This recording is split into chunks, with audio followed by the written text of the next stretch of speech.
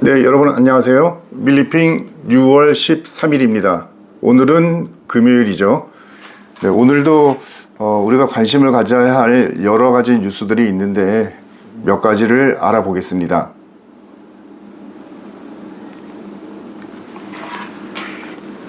첫째는 오늘 아침 북한의 조선중앙통신이 지난 5월 21일 그 구축함을 진수하다 그 진수 과정에 문제가 있어서 구축함이 거의 반 정도가 물에 잠기는 그런 일이 있었는데요.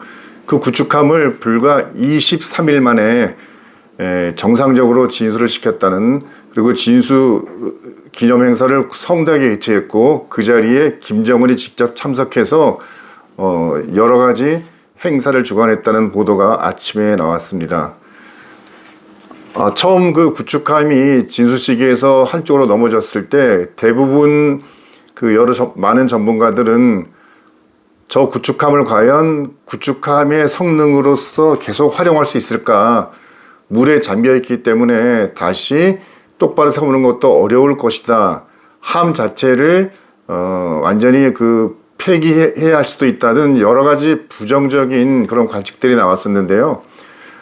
북한은 이 모든 것을 일축하고 넘어진 구축함을 풍선과 같은 또는 사람의 인력을 동원해서 똑바로 세웠고, 청진항에서 나진항 쪽으로 이동을 시켜서 그 나진항에 있는 조선소에서 이 구축함의 부족한 부분들을 보완해서 어제 6월 12일 날 정상적인 진수식을 거행했습니다. 일단 북한의 그 조선 능력이 우리가 생각했던 것보다는 굉장히 그래도 높은 수준이구나 라는 것을 알 수 있고요. 그러나 굉장히 단기간에 무리하게 그 진수식을 다시 하다 보니 과연 저 배가 외양상으로는 저희가 사진으로 볼 때는 멀쩡해 보이는데 내부적으로 여러 가지 부실함 또는 여러 가지 문제점들을 감추고 있는 것이 아닌가 의심도 갑니다. 결국 앞으로 계속 저 구축함이 어떤 식으로 성능 테스트를 하고 또는 바다에서 항해하는지를 지속적으로 지켜봐야 이번에 이렇게 급속하게 서두른 23일 만에 다시 진수식을 하고 거대한 행사를 한 이 구축함, 다목적 구축함이라고 표현하죠. 이 강건함의 성능이 제대로 발휘될지 안 될지, 또 이런 강건함 구축함이 제대로 성능을 발휘하게 된다면 그것은 바로 우리 대한민국에 대한 위협 아니겠습니까? 계속 지켜보고 북한의 이런 해군 전력의 변화에 따라서 우리는 여기에 어떻게 대응해야 할 것인지 감시 정찰도 잘 해야 될 테고, 유사시 이런 강건함 같은 구축함에 대해서 어떻게 군사적인 조치를 해야 할 것인지에 대한 것도 여러 가지 깊은 고려가 필요한 시점입니다. 그리고 그 미국의 그 위성업체죠, 38로스에서도 이미 오늘 아침 북한이 발표하기 이전에 자체적으로 위성사진 촬영한 것을 통해서 북한이 무언가 행사를 하려고 한다는 것을 미리 알고 있었죠. 그래서 북한이 그 구축함을 가지고 다시 행사를 하려구나라는 것들을 우리 내부적으로도 이미 정보당국은 알고 있었다는 얘기가 되고요. 38뉴스가 공개한 사진을 보게 되면 여러 가지 그 구축함 주변에 공식 행사를 위한 여러 가지 그 장치들이 설치된 것을 볼 수가 있는데요. 요걸 보더라도 우리가 북한을 매우 그래도 섬세하게 들여다보고 있구나. 앞으로 이런 그 민간 군사 위성들도 지금 이 구축함이 진수된 나진항 인근에서 이 구축함이 어떻게 운영되는지를 계속 관찰하겠구나라는 생각을 하게 됩니다. 국민의힘 국방위원회 유영원 의원은 페이스북에서 초소형 싸 위성에 찍힌 그 나진항의 북신형 구축함 사진을 공개했는데요. 이것은 그 핀란드의 아이스아이라는 그 기업에서 공개한 사진입니다. 이 기업은 그 초소형 상용 위성 운영 업체인데요. 현재 그 아이스아이사가 운영하는 그 위성 사진은 25cm급, 그러니까 25cm 크기의 실물을 확인할 수 있는 정도라고 하네요. 우리는 지금 약 해상도 50cm급 정도를 개발하는 중이라고 하는데 핀란드 이곳은 이미 25cm급을 운용 중이라고 합니다. 이런 선진화된 여러 위성 관측 장비들을 통해서 북한의 움직임을 우리가 실시간으로 감시하고 북한이 여한 움직임이 있을 때는 이에 대한 대비책을 갖추는 것 우리 군이 잘 해줄 것으로 믿습니다. 오늘 아침 뉴스 안에서는 장성 감축 개시, 육군 병과학교장 등 9개 보직에 대해서 현재는 현역 장군들이 거기 학교장으로 지휘관으로 임명이 되어 있는데 이곳에 꼭 현역만이 임명되는 것이 아니라 일반직도 임명될 수가 있다. 좀 더 직접적으로 말하면 군무원도 임명될 수 있다라는 보도를 했는데요.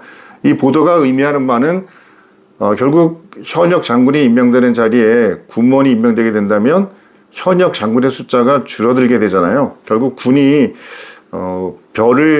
장성 인원을 감축하려는 것이 아니냐. 대략 한 12개 정도의 자리가 줄어들 수 있다고 하는데 이것은 뭐 일단 국방부가 장군을 줄이겠다고 발표한 것이 아니라 국방부가 군 조직 운영의 효율성을 높이기 위한 합동군사대학교령 등 9개 법령을 일부 개정하는 내용에 포함되어 있는 건데요.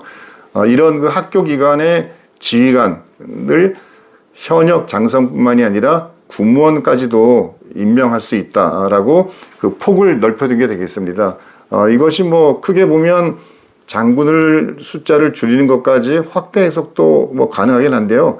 아마 그게 실제 이루어지려면 굉장히 많은 시간이 걸릴 것 같고, 그리고 일반 군무원이라 할지라도 그 군무원이 군대를 전혀 모르는 사람이 올 수는 없잖아요. 결국 군에서 군 생활을 경험이 있는 그런 사람들이 군무원으로 신분을 전환해서 그런 자리에서 임무를 수행할 수 있다고 봅니다. 단기적으로는 장군 자리를 줄이는 것이 쉽진 않아 보이고 아마 점차 이런 과정을 통해서 무조건 장군 자리를 줄이는 것만이 능사가 아니니까요. 어느 선에서 적정한 군의 인력 수준과 이런 것들을 고려해서 진행이 될 것으로 생각을 합니다. 이재명 대통령의 지시로 대북 확성기 방송이 중단됐죠. 중단이 됐고 북한은 우리의 이런 조치에 대해서 공식적으로 어떤 발표를 하지 않았지만 북한도 바로 확성기 방송을 중단했습니다. 오늘은 여러 언론에서 이 확성기 방송 중단 관련해서 우리가 먼저 방송을 중단하니 북한도 방송을 중단했다라는 것을 대부분 보도하고 있고, 또 접촉 지역에 있는 경기도 강화나 김포 지역에 있는 우리 주민들이 모처럼 편안하게 잠잘 수 있었다, 기괴한 소음이 사라졌다라는 기사를 보도하고 있습니다. 실제 현지에 사는 주민들은 얼마나 힘들었겠습니까? 그런 소음을 내보내는 것이 결국 일종의 고문 아닌 고문이잖아요. 그래서 그런 소음의 고문을 듣지 않고 우리 주민들이 편안히 잠을 이룰 수 있게 된 것은 매우 다행스러운데요. 우리가 대통령의 지시로 방송을 중단한 이것에 대해서 과연 북한이 일시적으로 방송을 안 하는 것인지 앞으로도 계속 안 할 것인지는 알 수가 없죠. 바라기는 우리는 대통령이 명확하게 입장을 밝혔기 때문에 북한도 김정은 또는 김여정과 같은 그 수준에서 이런 확성기 방송 또는 오물풍선 이런 것들에 대해서 어떻게 조치하겠다는 언급이 나왔으면 좋겠습니다. 그렇게 되면 일단 이런 부분에서라도 남북 간의 긴장을 완화하고 신뢰를 회복하는 실질적인 시작을 하는 조치가 되지 않겠습니까? 전쟁을 당연히 평상시에 대비해야 되겠지만 그렇다고 해서 전쟁이 일어나기를 원할 수는 없죠. 우리 대한민국 국민들이 좀 더 평안하고 자유롭게 살 수 있는 그런 안보 환경을 만들어 나가는 것이 우리 군과 우리 정부의 존재 목적이라고 볼 수 있겠습니다. 알래스카로 훈련 갔던 우리 KF-16 전투기에 사고가 있었다는 그런 보도가 있었는데요. 왜 그런 일이 벌어졌을까? 왜 활주로를 달리던 그 전투기에서 조종사들이 탈출을 했고, 전투기에는 불꽃이 일었고, 이런 것들이 왜 있었는지, 매우 궁금했는데요. 어제 공군은 그 사고 원인에 대한 1차 브리핑을 했습니다. 근데 이제 사고 원인을 브리핑했는데, 그 결과가 너무 뜻밖이어서 모든 사람들이 놀랐는데요. 그러니까 활주로가 아닌 곳에서 비행기가 이륙을 했다는 거죠. 그러니까 활주로가 있고 유도로는 일단 도로같이 비행기가 이륙을 하기 위해서 이동하는 도로라고 볼 수 있는데 그 도로에서 활주로가 아닌 곳에서 전투기가 이륙을 했는데 당시에 그 KF-16 전투기 세대가 이륙을 위해서 이동하는 도중 맨 앞에 있던 전투기가 길을 잘못 들은 거죠. 맨 앞에 있는 전투기가 착각을 해서 길을 잘못 들었을 때 뒤에 있는 두 대의 전투기에서 그것을 시정하거나 경고를 해줬어야 되는데 그러지 못했었고, 그런 가운데 1번기는 그냥 이륙을 했고 2번기는 속도를 내서 달리다가 아 이것이 아니구나 라는 그런 그 메시지를 받고 비행기를 이륙을 중지시키려고 했지만 이미 속도를 받은 상태였기 때문에 어떻게 할 수가 없었죠. 이 부분은 물론 조종사들이 매우 부주의했다는 측면도 있지만 또 다른 한편으로는 보통 우리가 여객기를 타거나 할 때도 보면 활주로에서 이륙할 때 반드시 관제탑에다가 이륙한다라는 또는 관제탑에서 이륙하라는 지시를 받은 다음에 이륙하는 게 일반적이지 않습니까? 그럼 당시 그 상황에서 우리 전투기가 잘못된 곳에 가서 이륙을 준비하고 있을 그 당시 왜 관제탑에서는 그것에 대해서 아무 그 경고를 하지 않았을까? 물론 이 부분은 미 측에서 왜 그런 일이 벌어졌는지 조사를 한다고 합니다. 아마 그 관제 부분에서도 약간의 실수가 있어 보이고 제 개인적 생각으로는 다음에 우리 조종사들도 물론 길을 잘못 찾아간 그런 실수, 잘못이 있었습니다. 그 몇 달 전에 경기도 포천 승진훈련장으로 그 폭격 훈련을 하러 간 우리 전투기가 두 대가 갔었죠. 근데 이제 앞에 있던 비행기가 전투기가 잘못된 지역으로 가서 폭탄을 떨어뜨렸는데 그거를 뒤에 가는 2호기도 그냥 같이 잘못된 곳에 폭탄을 떨어뜨리는 그런 오폭 사고가 있었는데 어떻게 보면 그때하고 매우 유사한 상황입니다. 같이 작전을 나갔던 비행기가 다 같이 잘못된 곳으로 갔는데 그것을 어느 한 사람도 발견하지 못하고 그대로 따랐다는 것. 이것은 조금 더 공군에서 사고 조사, 원인 조사를 하면 되겠지만 왜 이런 일이 일어났는지를 생각하게 되면 답답할 따름입니다. 공군 조종사들이 또는 공군의 많은 사람들이 우리의 영공을 수호하기 위해서 공중 작전을 위해 엄청나게 많은 그 헌신과 노력을 하고 있는 것은 잘 알고 있습니다만 이런 작은 건 아니죠. 이런 실수 하나가 그 모든 것들을 다 지워버릴 수 있기 때문에 너무도 아쉽습니다. 다시는 이런 일이 일어나지 않도록 철저하게 원인을 규명해서 사고 재발 대책을 수립해야 하겠습니다. 오늘 한 신문에서는 미국에서 더 커지는 아파치 무용론, 미래전 공격 헬기 무용지물이라는 그 보도를 했습니다. 실제 국내에서도 이 아파치 헬기가 과연 더 필요하냐? 아파치 헬기가 지금 같은 그 드론이나 무인기가 전장을 주도하는 시대에서는 큰 필요가 없다. 뭐 이런 식의 논란이 있었고, 그래서 우리 군은 현재 아파치 헬기 36대를 가지고 있는데 추가 36대를 도입하는 것에 관해서 여러 사람들의 의견이 많죠. 이제는 아파치를 사지 말고 다른 걸 사야 된다라고 이야기를 하는데, 물론 아파치 같은 이런 유인 공격 헬기들이 우크라이나 전장에서 여러 가지 피해를 당하는 모습을 많이 목격을 했습니다. 여러분, 근데 그렇다고 해서 아파치 헬기가 쓸모없는 걸까요? 전장에서? 그렇지 않을 거라고 봅니다. 미군에서도 아파치 헬기를 완전히 쓰지 않겠다는 것이 아니라 기존에 보유하고 있는 아파치 헬기는 그대로 운영을 하되 그 중에서 이것을 성능이랑 업그레이드를 해야 되잖아요. 업그레이드 할 때는 가지고 있는 전량을 업그레이드 하는 것이 아니라 향후 작전에 필요한 부분에 대해서만 업그레이드를 하고 그 나머지 부분들은 작전의 수요를 필요하지 않기 때문에 그런 것들을 이제 도태시키겠다는 의도이기 때문에 마치 아파치 헬기는 이제 없어지는 그런 그 공격 헬기로 오해를 할까봐 약간 염려가 됩니다. 근데 우리 같은 경우는 이 공격 헬기가 더 이상 필요가 없다라고 우리가 그 인정을 하게 되면 굉장한 딜레마에 빠지게 됩니다. 여러분 혹시 그 얼마 전에 경 공격 헬기 LAH라고 들어보셨습니까? 아파치 36대를 사는 데는 약 4조 원 정도의 국방 예산이 들어가는데 우리가 지금 경 공격 헬기를 육군에 전력화를 시키고 있는데 이것은 약 200여 대가 만들어지고 예산도 7조 원 이상이 들어갑니다. 공격 헬기가 필요 없는 그런 전쟁 상황이 되었다면 우리가 지금 경공격 헬기를 아파치보다도 성능이 떨어지는 경공격 헬기 200여 대를 7조 이상의 돈을 들여서 도입하는 것도 냉정하게 한번 되짚어 봐야 되지 않겠습니까? 전장 상황은 수시로 변하고 있기 때문에 어떤 한가의 무기 체계를 그냥 원칙적으로 고집할 것이 아니라 상황에 따라서 어떻게 하면 싸워 이길 것인가라는 그런 고뇌 끝에 무기 체계의 변화를 주는 것은 매우 바람직하다고 생각합니다.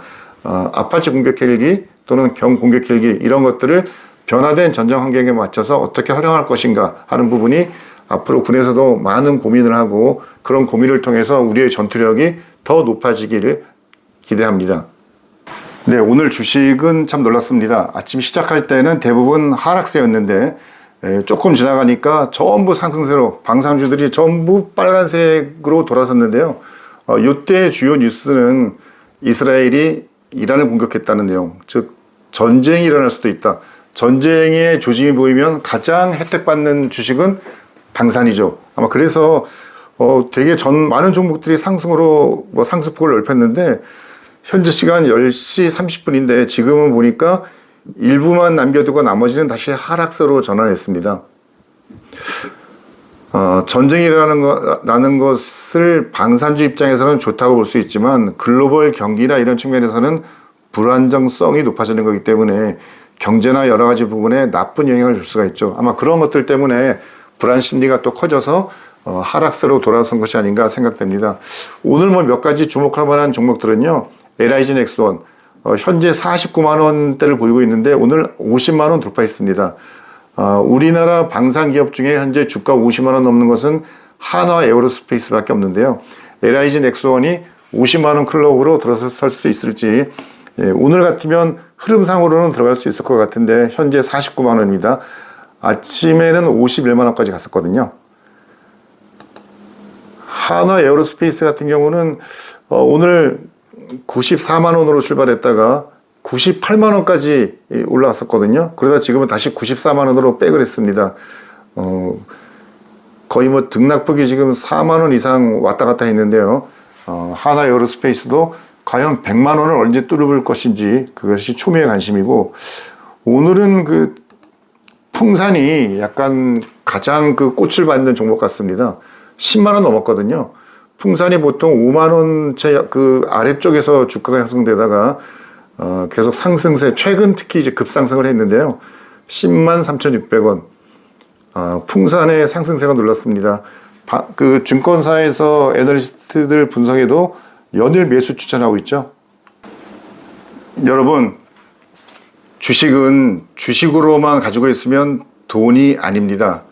일단 팔아서 매도를 해서 현금을 해야 그것이 내 돈이고 내 통장, 내 계좌에 잔고로 쌓이게 되죠.